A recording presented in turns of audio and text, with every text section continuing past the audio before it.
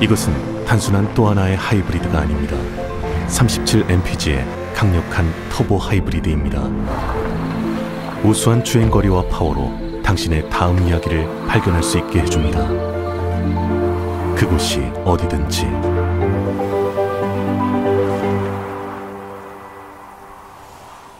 올류 소렌토 터보 하이브리드, 세계 최초의 스토리텔링 머신.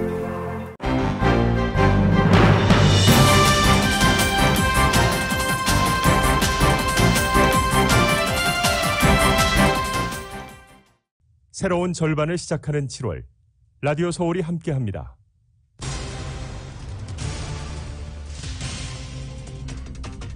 도쿄올림픽이 개막했습니다. 코로나 바이러스 사태 속에서 치러지는 올림픽으로 오늘 개막식에는 각 나라 정상급 인사와 취재진 외에는 아무도 입장하지 못했습니다. 한편 지난 올림픽에서 1위를 차지한 미국은 이번에도 여전히 1위 자리를 유지할 것으로 보입니다. 한국은 금메달 7개 등으로 종합순위 10위권 진입이 목표입니다. LA 카운티에 어제 하루 코로나 바이러스 신규 확진자 수가 2,767명으로 집계됐습니다. LA 카운티 코로나 바이러스 확진자는 지난주에 비해 80%가 증가했습니다. 미국 정부가 화이자 백신 2억 회분을 추가 구매해 10월부터 공급할 예정입니다. 따라서 미국 정부가 확보한 화이자 백신은 모두 5억 회분이 됐습니다. 백악관은 여전히 코로나 바이러스와 전쟁 중이라며 백신 접종에 계속 집중할 것이라고 말했습니다. 하지만 백신 접종 횟수가 크게 줄었습니다. 질병통제예방센터 CDC 자문단이 면역력이 약한 사람들에 대한 백신 추가 접종을 사실상 권고했습니다. 그동안 추가 접종에 대한 부정적 반응에 변화가 생긴 것으로 보입니다. LA타임즈가 코로나 바이러스 사태 이후 다시 시작된 교통체증을 해소하기 위해서 교통혼잡 통행료를 부과하는 방안을 제시했습니다. 10년 만에 이루어지는 LA시 선거구 재조정을 앞두고 LA 한인회를 비롯한 한인 주요 단체들이 이번 선거구 재조정 공청회에 많은 한인들의 참여를 독려하고 있습니다. UC 이사회가 4.2% 등록금 인상안을 승인하고 오는 2022년 가을 학기부터 시행한다고 밝혔습니다. 현재 미 서부 지역에서 발생한 산불로 인한 연기가 코로나 확산에 영향을 미칠 수 있다는 경고가 나왔습니다. 법무부가 총기 밀거래 차단으로 강력 사건을 줄이기 위해 워싱턴 DC를 비롯해 로스앤젤레스와 샌프란시스코, 뉴욕, 시카고 등 5개 대도시에서 불법 거래 기동 타격대를 출범했습니다. 한국을 방문한 윈디 셔먼 미 국무부 부장관이 북한과 신뢰할 수 있고 예측 가능하며 건설적 방향으로 나아가길 기대한다고 말했습니다. 또 북한 측에 대화를 제안한 상태로 답변을 기다리고 있다고 밝혔습니다. 한국 정치권에서는 여야가 국민 한 사람에 25만 원씩 재난지원금을 주라고 합의했습니다. 일부 고소득자만 지급 대상에서 제외하기로 했습니다. 또 코로나 바이러스 피해 소상공인 지원을 위한 2차 추경안 처리에 잠정 합의했습니다. 고 노무현 전 대통령의 탄핵 상황을 놓고 더불어민주당 경선이 점점 진흙탕 공방으로 번지고 있습니다. 민주당 지도부 측은 금도를 지키라며 과열 경선을 경고하기도 했습니다. 세인트루이스의 김광현 선수가 시카고 컵스와의 경기에서 6이닝 2실점으로 호투하고 시즌 6승째를 챙겼습니다. 5경기 연속 승리를 챙기면서 후반기 세인트루이스 순위 경쟁에 힘을 보태고 있습니다. 토트넘의 손흥민 선수가 토트넘과의 4년 재계약에 사인했습니다. 구체적 액수는 발표되지 않았지만 주급 $30만 수준으로 전해집니다. 오늘 뉴욕 증시는 상승 출발하고 있습니다. 원달러 환율은 1150.8원으로 마감했습니다. 남가주 오늘 대체로 맑겠고 한인타운 낮 최고 기온 83도 예상됩니다. 이 시간 주요 뉴스는 미주 취양 30주년을 맞은 아시아나항공, 지난 30년간 함께해 주신 성원에 감사드리며 앞으로도 정성을 다하는 서비스와 쾌적한 최신 항공기로 안전하고 편안하게 모실 것을 약속드립니다. 아시아나항공 제공입니다. 여러분 안녕하십니까? 김윤정입니다. 안녕하십니까? 유지승입니다. 2021년 7월 23일 금요일 라디오 서울 모닝 뉴스 2부입니다. 코로나 바이러스 사태가 확진세가 악화일로를 치닫고 있습니다. 제가 코로나 바이러스 검사소를 지난주 그리고 이번 주 취재차 다녀왔습니다. 지난주에 차량 드라이브스루 코로나 바이러스 테스트에 차량 4-5대가 있던 것이 어제 40-50대로 크게 늘었습니다. 코로나 바이러스 확산세 심각한 상황입니다. 코로나 바이러스 검사소가 늘면 더 확진자 수가 나올 것으로 추정되고 있습니다. 어제 하루 LA 카운티의 코로나 바이러스 신규 감염 사례는 767건으로 집계됐습니다. 지난 2월 중순 이후 최대치입니다. 코로나 바이러스 각종 수치들이 악화인료를 갖고 있는 가운데 중환자실에 입원하는 백신 미접종자들, 지금 백신 맞으면 안 되냐라는 문의도 한다고 합니다. 지금 LA 카운티의 코로나 바이러스 수치들이 연일 치솟아 심각한 수준이다라는 경고가 나왔습니다. 지난 2월 중순 이후 가장 높은 수치며 일주일 만에 80%, 한 달 전과 비교하면 무려 20배나 증가한 상황입니다. 신규 감염 사례와 더불어 입원 환자 수도 상승하고 있습니다. 655명이 현재 코로나 바이러스로 입원해 있는 것으로 나타나고 있습니다. 600명대를 2, 3일 사이에 훌쩍 넘어버렸습니다. 만약에 캘리포니아주 색깔별 위생 등급제가 시행되고 있었다면 LA 카운티는 현재 퍼플 등급입니다. 퍼플 등급, 모든 경제가 다시 봉쇄되는 상황입니다. 의료 종사자들은 최전선에서 감염 위협을 무릅쓰고 열심히 고군분투해왔음에도 불구하고 LA 카운티가 이렇게 다시 악화인료를 걷고 있는 모양새에 실망한 모습을 나타내고 있습니다. 백신을 접종받지 않은 많은 주민들이 여전히 코로나 바이러스 백신 접종에 대한 필요성을 자각하지 못하고 있다는 것도 우려스러운 부분입니다. LA 카운티 내 16세 이상 주민 70%가 코로나 바이러스 백신 접종을 모두 마쳤습니다. 그런데 이 70% 백신 접종을 마쳤다라는 소식 몇 달 전부터 전해드리고 있죠. 해당 수치 제자리에 머물고 있는 상황입니다. 이런 가운데 코로나 바이러스 감염으로 인해서 중환자실에서 생사의 기로에서 투병 중인 일부 주민들도 많은 것으로 전해지고 있습니다. 브리트니 코비아 박사는 나를 물론 주변 사람들을 보호하기 위해서도 백신 접종에 적극적으로 나서주기를 당부했고, 옆 사람이 백신을 맞지 않았다면 백신 접종을 권고해달라고 당부하기도 했습니다. 전국 주민들 가운데 코로나 바이러스 백신 접종을 1회 이상 맞은 주민은 56.2%에 머물고 있는 상황입니다. LA 카운티의 코로나 6월 신규 감염자 5명 가운데 1명이 백신 접종자로 나타났습니다. LA 카운티 공공보건국에 따르면 어제 날짜를 기준으로 해서 신규 감염자는 2,767명으로 집계돼서 지난 2월 이후 최고치를 경신했습니다. 보건국은 2주째 감염자가 1,000명을 넘고 있다고 전하고 있습니다. 어제 신규 입원 환자 655명으로 이 가운데 148명이 중환자실에 입원했고 사망자는 13명이었습니다. 어제 보건국은 6월에 집계된 신규 감염자 가운데 5분의 1인 20%가 백신을 완전히 접종한 사람들이었다고 밝혔습니다. 하지만 바바라 페레오 LA 카운티 보건국장은 백신 접종을 완료한 사람들이 많이 늘어남에 따라서 접종자 확진율이 증가하는 것도 자연스럽다고 전했습니다. 보건국장은 이 같은 접종자들의 감염 증가가 백신 접종을 기피하는 구실이 돼서는 안 된다고도 지적했습니다. 안전벨트가 차사고로 인한 부상을 100% 보호하지 못한다고 해서 안전벨트를 매지 않는 것은 말이 안 되는 것처럼 백신도 마찬가지라는 것입니다. 감염으로부터 100% 보호할 수 없다고 백신을 거부하는 것은 백신이 가진 강력한 효과를 무시하는 것이라며 백신 접종을 당부했습니다.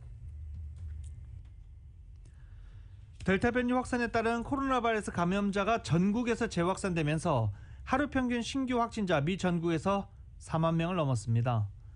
젠사키 백악관 대변인은 미국은 여전히 바이러스와 전쟁 중이다 라고 말하기도 했습니다. YTN입니다.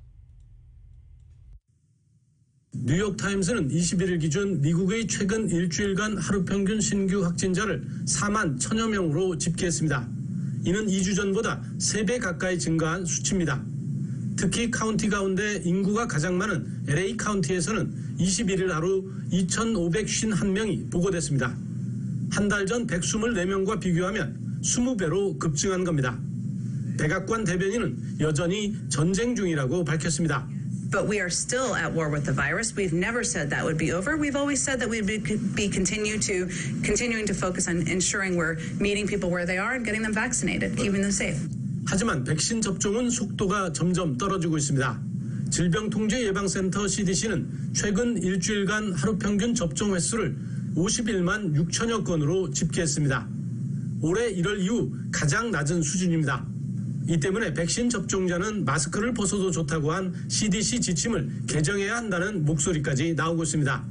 But now I would say for now, the same with vaccinated individuals. You may have to re-don masks until we can sort out the level of virus transmission going on.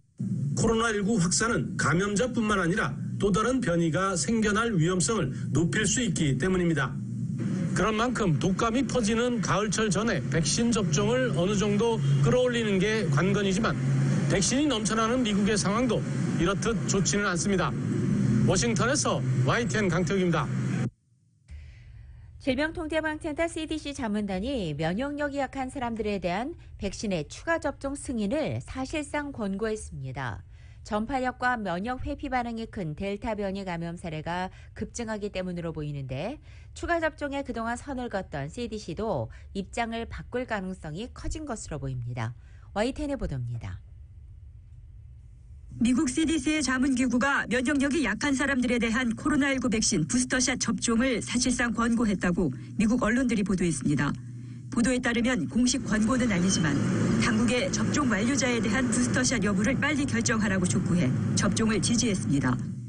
자문위는 자료 검토에서 면역체계가 손상된 접종 완료자의 절반 가까이가 부스터샷을 맞고 항체 반응이 생긴 점을 높게 봤습니다.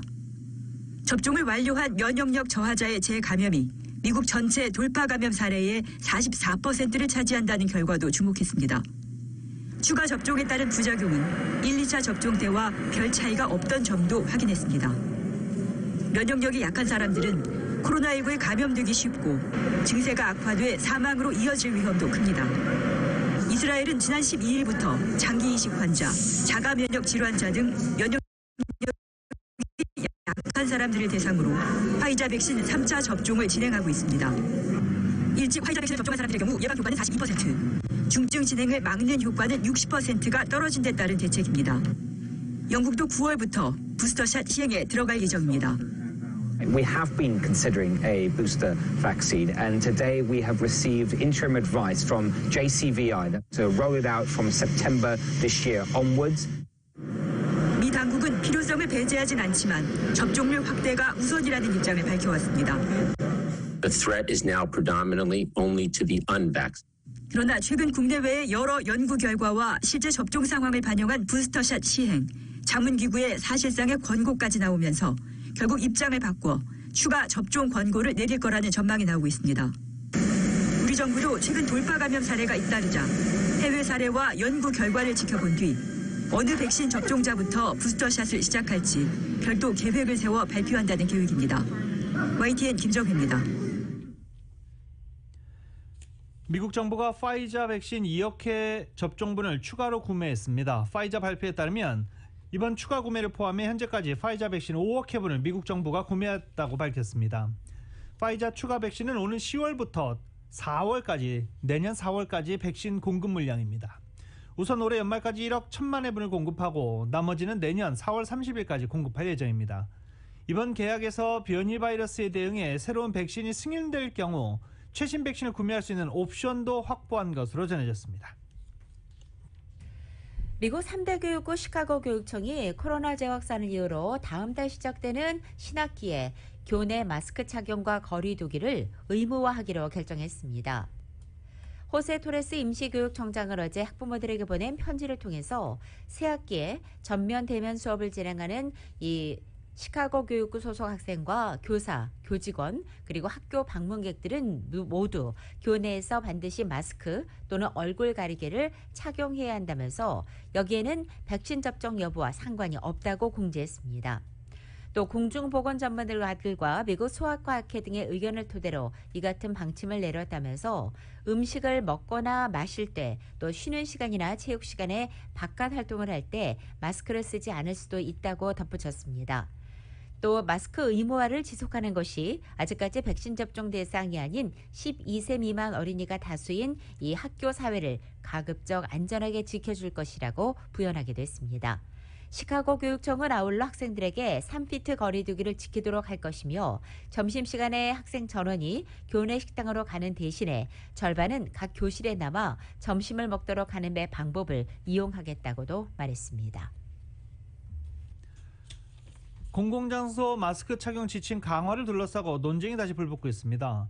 백신 접종률이 정체된 상황에서 신규 확진자가 눈에 띄게 증가하는 등 코로나 바이러스 재확산 추세가 확인되면서 연방정부와 지방정부는 백신 접종을 완료한 사람은 마스크를 쓰지 않아도 된다는 입장을 고수하고 있습니다. 하지만 일부 전문가들은 연방보건당국이 해제한 공공장소 마스크 착용 지침을 다시 강화해야 한다고 주장하고 있습니다. 코로나 바이러스 재확산 추세가 뚜렷해지면서 경각심도 높아졌습니다. 정치 전문 매체 더 힐 등은 등록된 유권자 957명을 대상으로 실시한 여론조사에서 응답자 74%가 마스크 착용 지침을 강화하는 것에 동의했다고 밝혔습니다.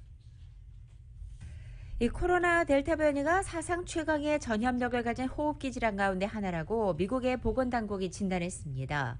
로시아 월런스키 CDC 국장이 어제 언론 브리핑에서 델타 변이는 기존에 퍼진 변이보다 더 공격적이고 훨씬 더 전염력이 높다고 말했습니다. 그것은 우리가 아는 호흡기 질환 바이러스 가운데 가장 전염력이 높은 것 중에 하나라면서 경력이 20년인 내가 봐도 그렇다라고 말했습니다. CNBC는 델타 변이에 감염되면 델타 변이 전 바이러스에 감염됐을 때보다 비강에 최대 1000배나 많은 바이러스를 지닌다고 밝혔습니다. 헐리우드 차병원이 가을 새학기를 앞두고 오는 7월 24일과 8월 14일 두 차례에 걸쳐서 백투스쿨 파이저 백신 접종 행사를 개최한다고 합니다. 7월 24일과 8월 14일 이틀입니다.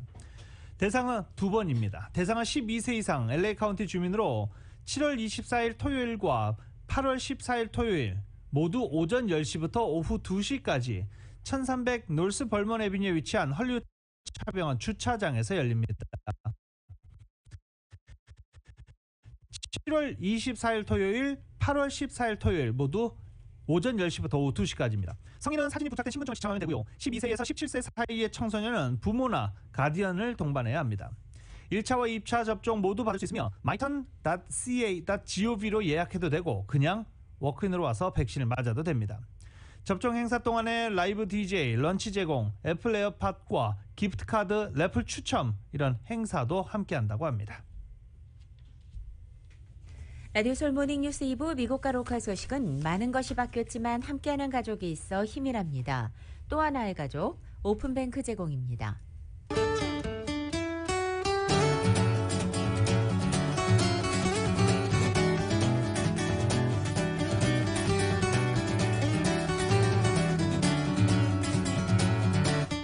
(7월 23일) 금요일 남가주의 날씨입니다. 남가주 오늘도 대체로 맑겠고 낮 기온은 지역에 따라 어제보다 2도에서 5도가량 떨어지겠습니다. 오늘은 평년 기온을 보이는 것입니다. 오후 들어서는 부분적으로 구름이 지나기 시작해서 토요일인 내일과 일요일까지는 구름과 햇살이 교차하겠습니다. 이번 주말과 다음 주 월요일까지의 낮 최고 기온도 보다 떨어져서 예년 기온을 살짝 밑돌겠습니다. 다음 주 화요일에는 다시 예년 기온을 회복하겠고 다음 날인 수요일부터는 평년 기온을 약간 웃도는 기온이 이어질 것으로 전망됩니다. LA 한인타운 오늘 낮 최고 기온 83도, 밤 최저 기온 66도 예상됩니다. 오렌지 카운티 지역은 85도, 70도, 밸리와 일랜드 엠파이어 지역 94도, 67도, 해안 지역은 74도, 64도 되겠습니다. 한국은 오늘도 전국의 대체로 맑은 날씨에 서울의 오늘 아침 최저 기온 77도, 낮 최고 기온 99도 예상됩니다. 라디오 서울 모닝뉴스 2부 이 시간은 1250만 불 교통사고 최고 보상, 교통사고 전문 천재 변호사 리차드 호프만, 메디케어 시니어를 위한 전문의 허가가 아주 빠른 한인 최고 최대의 서울 메디칼 그룹, K5의 경쟁자는 K5 자신뿐, 터보 엔진을 장착한 기아 K5, 비즈니스에 힘을 드립니다. 당신의 비즈니스 뱅킹 파트너 CBB뱅크 공동 제공입니다.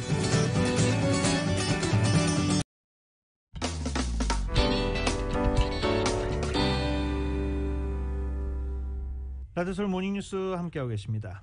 UC계열대학이 내년 가을 학기 신입생부터 등록금 인상을 실시합니다. 정윤호 기자입니다.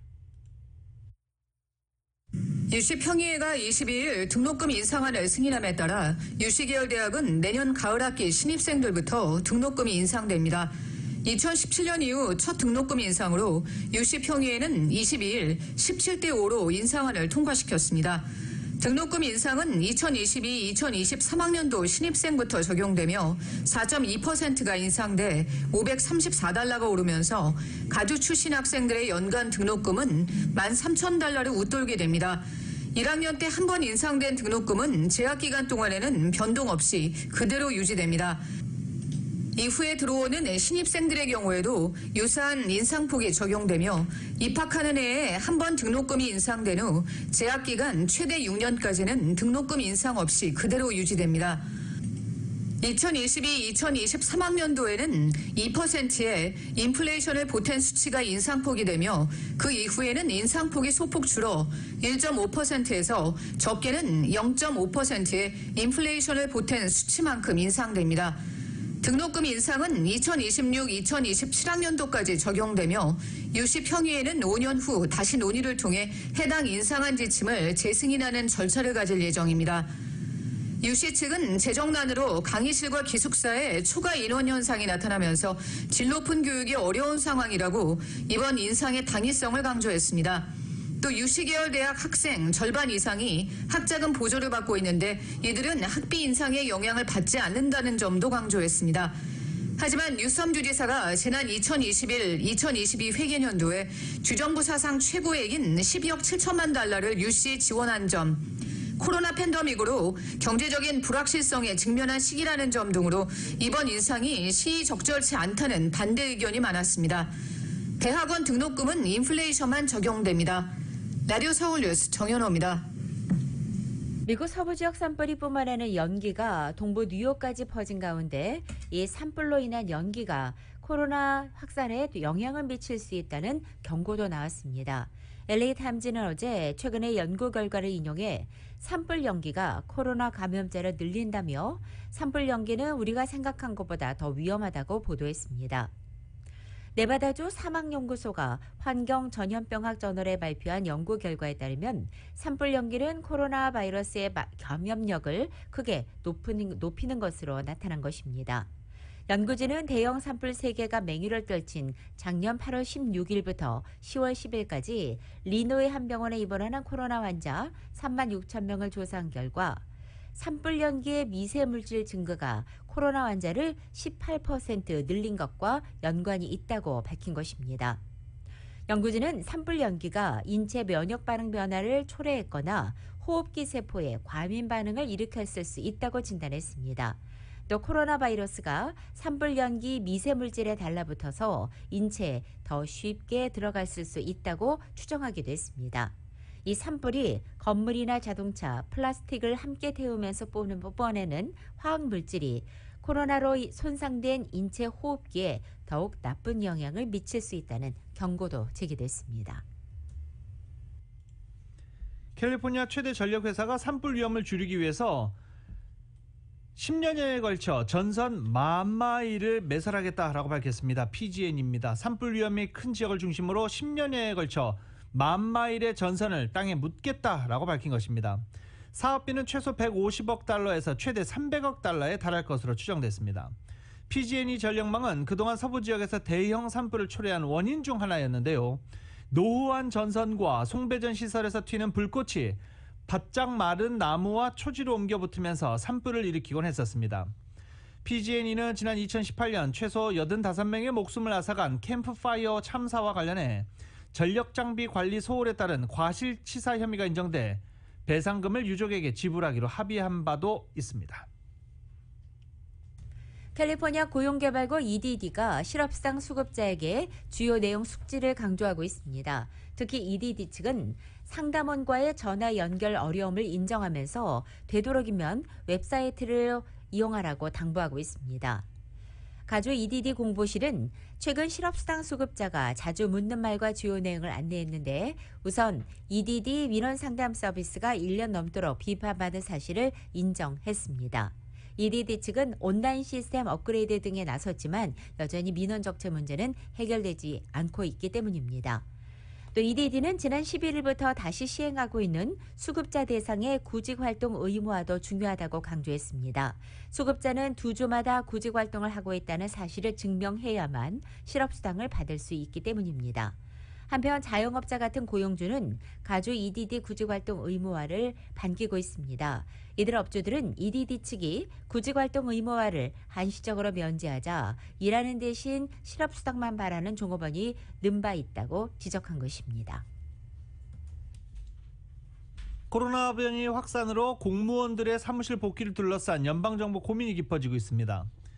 워싱턴포스트에 따르면 수백 곳에 달하는 연방기관이 백악관에 인력 복귀 계획을 제출해야 하는 시한이 지난 19일이었습니다. 9월 6일인 노동절 이후부터 직원들이 출근을 시작해 연말까지는 전원 사무실로 복귀시키는 방침에 대해서 각 기관이 세부 계획을 제출한 것입니다. 연방정부는 코로나 바이러스가 무섭게 확산하던 지난해 3월부터 재택근무를 실시했는데요.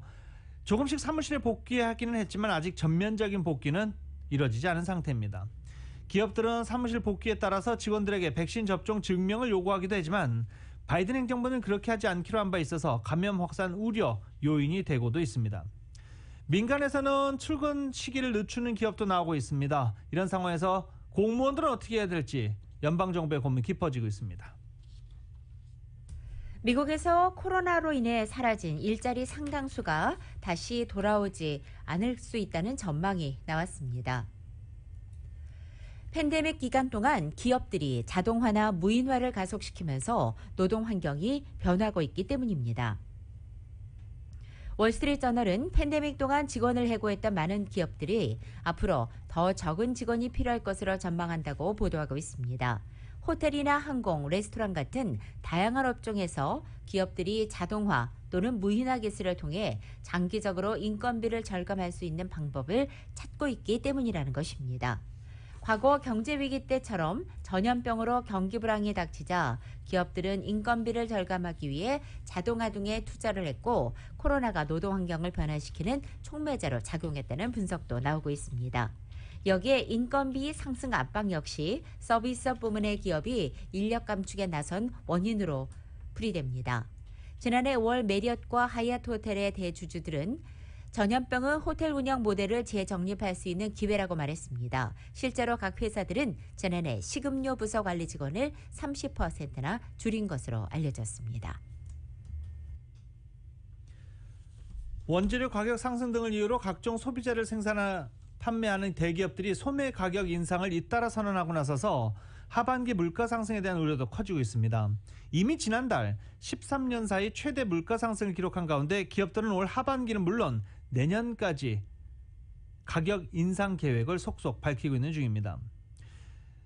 도부 비누부터 오레오 쿠키까지 각종 소비재 가격 인상이 계속 이어질 것으로 월스트리트저널은 보도했습니다. 마요네즈는 물론 2000년에 인수한 벤앤제리 아이스크림도 가격 인상 가능성을 밝히기도 했습니다. 월간 투자은행에 따르면 유니레버의 올 상반기 영업이익률이 전년 대비 1% 낮아진 18.8%로 원재료 가격 등의 인플레이션에 따른 것으로 분석됐습니다. 이 유니레버는 도브비누와 마요네즈, 헬맨스 마요네즈 그리고 벤앤제리 아이스크림을 운영하는 모기업입니다. 냉동식품 대기업인 코나그라도 가격 인상을 공론화했습니다. 최근 결산 결과 생산 비용에 대한 인플레이션이 너무 심하고 내년까지 이런 현상이 심화할 것을 예상한다며 이에 대응해 광범위한 가격 인상을 진행할 것이라고 밝혔습니다. 오레오 쿠키 등의 가격도 최근 오른 바 있습니다. 또 가전제품 제조사 월풀도 가격 인상을 시사했고 오토바이 브랜드 할리데이비슨도 일부 모델의 가격을 올리겠다고 결정했습니다. 치폴레도 가격을 올리기로 결정했습니다. 이렇게 가격이 계속 오르는 이유 있습니다.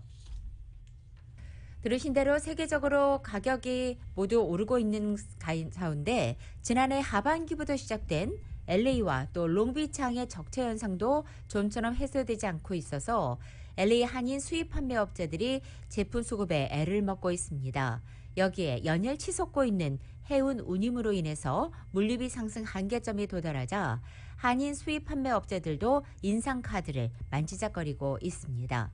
한인 통관 포워딩 업계에 따르면 LA항과 롱비치항의 컨테이너 처리 상황은 지난해부터 촉발된 물류 대란 여파가 지속되고 있는 것으로 나타났습니다. 코로나 사태의 진정세와 함께 소비 수요가 늘어나면서 해상 물동량이 폭증한 데다가 최근 수에즈 운항 사고로 물류난을 부치질한 결과로 풀이됩니다. 미 서부의 관문 LA항과 롱비치항에 한국을 비롯한 각 나라의 컨테이너선이 몰려서 컨테이너 물동량이 포화 상태에 이르고 있습니다. 이 물류대란에 의한 해운 운임의 상승세가 계속되자 한인 수입 판매 업체들의 비용 부담도 한계점에 다다랐고 판매 제품의 가격 인상으로까지 이어지고 있다는 분석입니다. 특히 한국 라면이 가격 인상 가능성이 가장 높은 것으로 보입니다. 농심과 오뚜기 같은 주요 한인 라면 업체들도 한국에서 수입되는 라면 물량에 대한 해운 물류비 상승으로 원가 상승 압박을 받고 있는 상황입니다. 월마트와 세븐일레븐에서 판매되는 일부 머핀에서 식중독을 일으킬 수 있는 리스테리아 세균이 검출돼 리콜 조치됐습니다. 리콜 조치된 머핀은 프레시니스 게런티드, 엉클 월리스, 그리고 월스티 크럼브 등 이렇게 다양한 이름으로 유통되고 있는 머핀입니다. 리콜 머핀 종류는 블루베리, 초콜릿칩, 바나나넛, 오레오, 옥수수 맛 등입니다.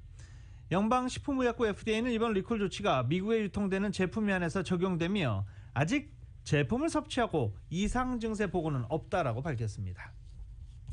극심한 매물 부족 현상 장기화에 따라서 미국의 주택 구매자 사이에 매물을 두고 소위 비딩, 경쟁이라는 가격 경쟁이 격화되면서 리스팅 가격에 웃돈을 줘야만 주택 구입이 가능한 비정상의 상황이 일상으로 자리 잡은 것으로 알려졌습니다. 주택 매물이 수요를 따라잡지 못하는 LA 주택의 현 상황은 올해 연말을 넘어 내년까지 이어질지 모른다는 전망이 나오고 천정부지로 오르고 있는 LA 주택 가격의 상승세는 일정 기간 계속 이어질 것이라는 우려가 나오고 있습니다. 한인 부동산업계 관계자들에 따르면 주택 구매자 사이의 가격 경쟁이 치열해지면서 리스팅 가격보다 비싼 가격의 주택이 팔리는 비율도 상승해 판매되는 주택 10채 가운데 8채 정도는 웃돈 구매에 해당되고 있다는 것입니다. 웃돈을 주어야만 주택을 구입할 수 있는 것이 이제는 하나의 관행으로 자리 잡고 있는 모습입니다.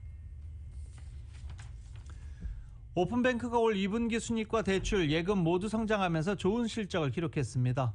오픈뱅크는 올 2분기 순이익 640만 달러로 전분기보다 25%가 늘고 1년 전보다는 164%가 올랐습니다. 대출은 13억 1천만 달러로 전분기보다 11%, 1년 전보다 25%가 늘었습니다. 예금은 14억 3천만 달러로 전분기보다 11%, 1년 전보다 28%가 늘었습니다. 자산은 16억 달러를 기록했습니다.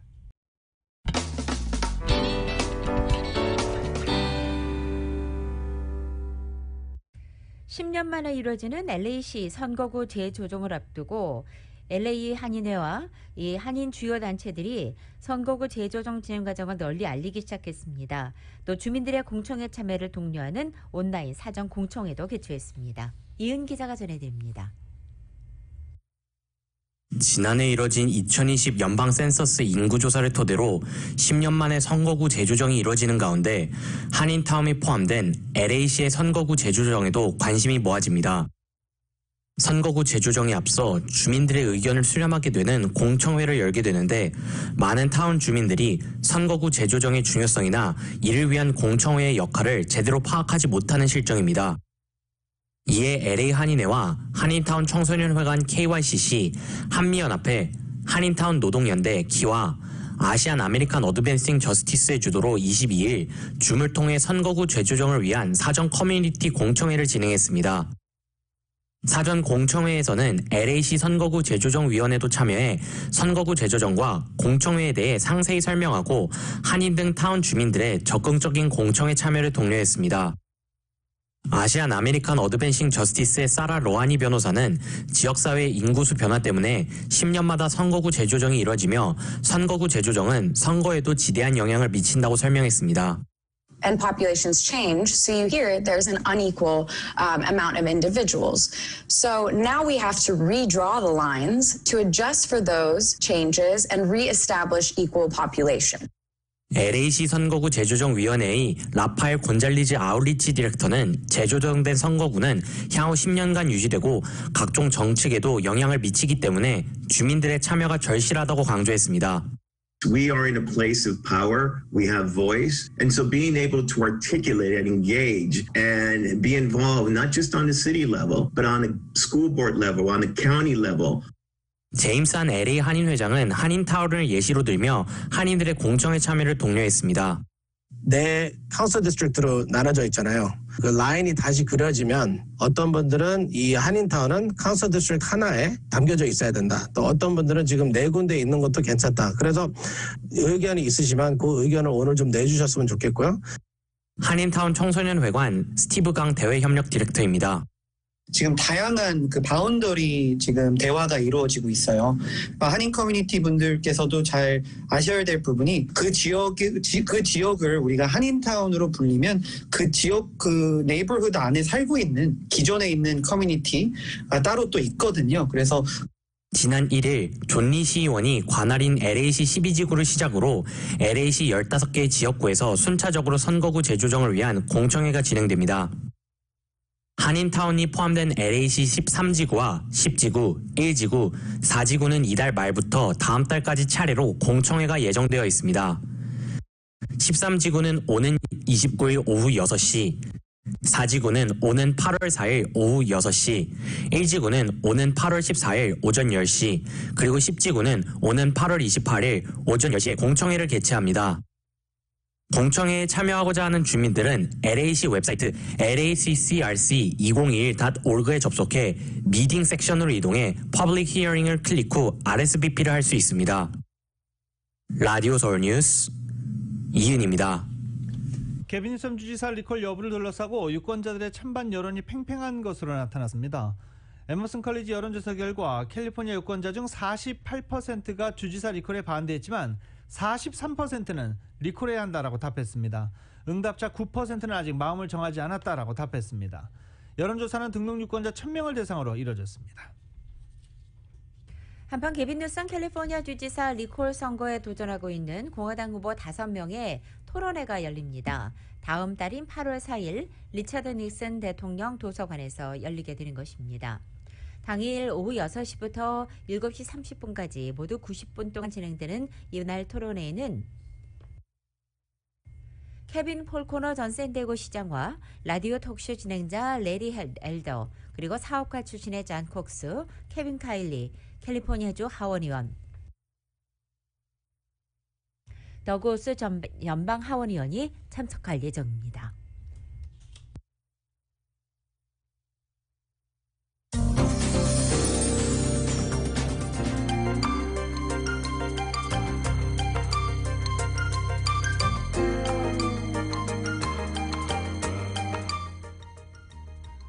라디오서울 모닝뉴스 함께하고 계십니다. 전국 주요 대도시 소식 알아보겠습니다. 뉴저지의 신종 코로나 바이러스 구제책 일환으로 최대 10만 달러까지 저금리 또는 무이자 융자가 가능한 소기업 긴급 대출 프로그램 신청이 시작됐습니다. 뉴저지 경제개발청에 따르면 소기업 긴급 대출 프로그램 사전 등록을 받는 것으로 나타났습니다. 사전 등록은 웹사이트에서 가능합니다. 뉴저지주 항소법원이 코로나 사태로 경제적 어려움에 직면한 세입자들을 대상으로 보증금에서 제한하는 방식으로 임대료 납부를 허용했던 필 머피 주지사의 손을 들어줬습니다. 주 항소법원은 지난 20일 세입자 퇴거 유예와 보증금을 통한 임대료 납부 허용까지 머피 주지사의 행정명령이 헌법을 위배했다고 임대인과 사업주들이 제소한 소송에서 원고 패소 판결을 내린 것입니다. 워싱턴 지역의 코로나 바이러스, 워싱턴 DC 지역의 코로나 바이러스 감염자가 다시 늘면서 우리는 아직 팬데믹에서 벗어나지 못했다라는 사실을 다시 상기시켜주고 있습니다. 메릴랜드에서는 244명의 신규 확진자가 나왔고 한 달 전과 비교하면 5배 이상 늘어난 것입니다. 버지니아도 한 달 전과 비교해 3배 이상 확진자가 는 것으로 나타났습니다. 워싱턴 DC 번화가에 2명의 시민이 총에 맞아 다쳤습니다. 워싱턴 DC 경찰에 따르면 어제 오후 음식점을 비롯해 상점이 밀집해 있는 워싱턴 DC 시내 중심인 로건 서클에서 총격 사건이 발생해 2명의 남성이 병원으로 이송됐습니다. 미국에서 급증하는 총기 사고에 대한 우려가 커지고 있는 가운데 이 한 주 전에도 역시 같은 장소에서 총기 난사 사고로 1명이 사망한 것으로 전해지고 있습니다. 애틀란타 지역 3곳의 스파에서 한인 여성 4명을 포함해 8명을 총격 살해했던 로버트 앨런 렁이 체로키 카운티 검찰과 형량 협상에 합의한 것으로 보인다고 지역 신문이 보도했습니다. 사망자들 중 6명이 아시안 여성이어서 인종 증오 및 폭력 이슈를 크게 부각시킨 이 사건의 총격범에 대해서 한인 스파가 위치한 풀턴 카운티 검찰은 증오 범죄까지 적용해서 사형을 구형할 것을 검토 중이지만 첫 번째 총격 장소였던 체로키 카운티 검찰이 총격범과 형량 협상으로 처벌 수위가 낮아질 수 있다는 우려가 나오고 있습니다. 샌프란시스코 베이 지역에서 델타 변이의 확산으로 병원에 입원 환자가 급증해 4월 1회 최고치를 기록하고 있습니다. 베이 지역은 지난 19일 기준으로 4월 1일 처음 코로나 입원 환자 수가 300명이 넘었고 중환자실 입원은 20일 기준 3월 말 이래 처음으로 100건을 초과했습니다. 입원 환자 대부분은 백신을 접종하지 않은 사람들이라고 보고됐습니다. 샌프란시스코 베이 지역 보건당국이 직장 내 코로나 바이러스 백신 접종 확인을 권고하고 나섰습니다. 샌프란시스코와 콘트라코스타, 산타클라라 카운티는 백신 미접종자들 사이에서 코로나 바이러스 감염이 급증하고 백신을 완전 접종받은 사람도 돌파 감염되고 있어서 직장 내에서 백신 접종 여부를 확인해야 한다라고 말했습니다. 이상 전국 주요 대도시 소식이었습니다.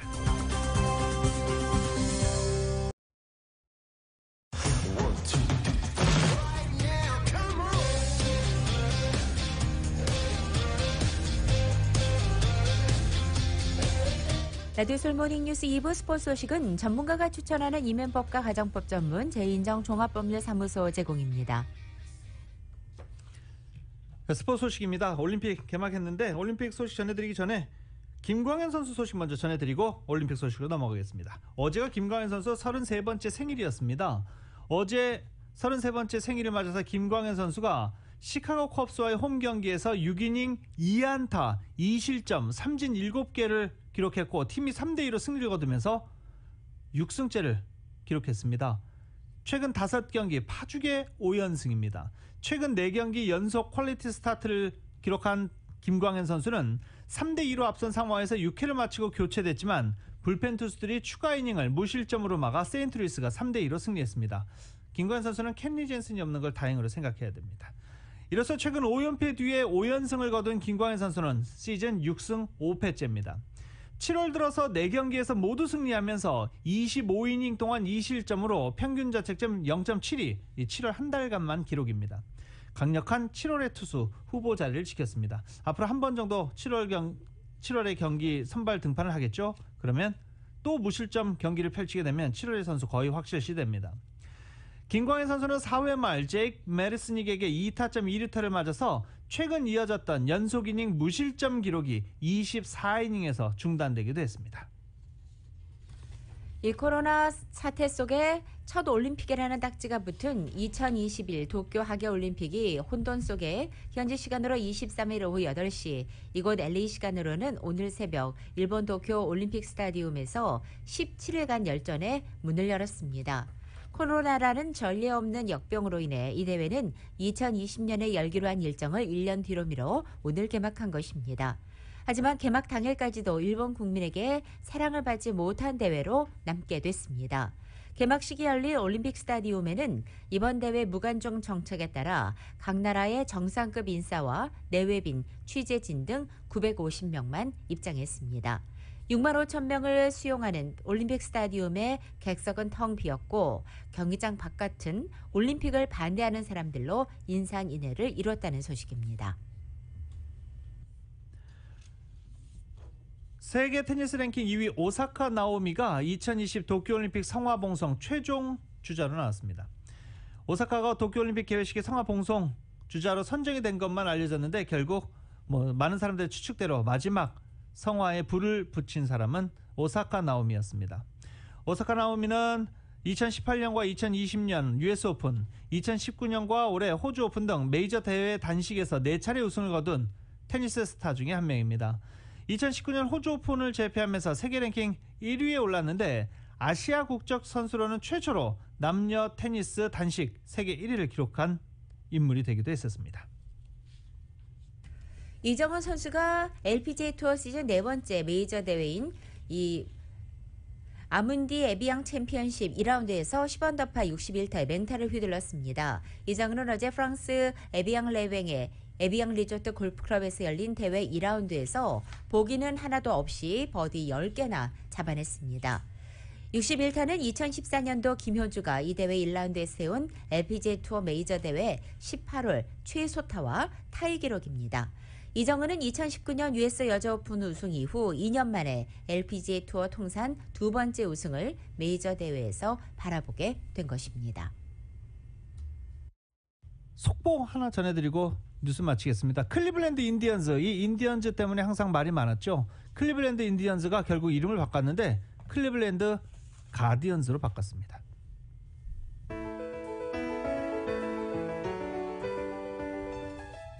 (2021년 7월 23일) 금요일에 전해드린 라디오솔 모닝뉴스 여기서 마치겠습니다. 지금까지 진행의 유지승, 김윤정이었습니다. 라디오솔 모닝뉴스 2부 이 시간은 1250만 불 교통사고 최고 보상, 교통사고 전문 천재 변호사 리차드 호프만, 메디케어 시니어를 위한 전문의 허가가 아주 빠른 한인 최고 최대의 서울 메디칼 그룹, K5의 경쟁자는 K5 자신뿐, 터보 엔진을 장착한 기아 K5, 비즈니스에 힘을 드립니다. 당신의 비즈니스 뱅킹 파트너 CBB뱅크 공동 제공이었습니다. 잠시 후 9시에는 강희실의 오늘의 미국이 방송됩니다. 함께해 주신 여러분 고맙습니다.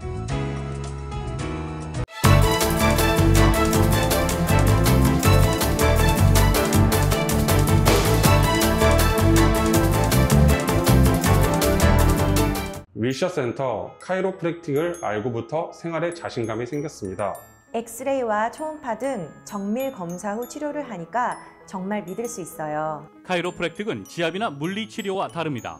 척추를 중심으로 신경과 근육을 재정비해 몸의 시스템을 건강하게 돌려놓는 것입니다. 경험 많은 전문의와 테라피스트들이 일군 명성, 윌셔 센터 카이로프랙틱. 당신의 삶의 질을 높여드리는 윌셔 센터 카이로프랙틱.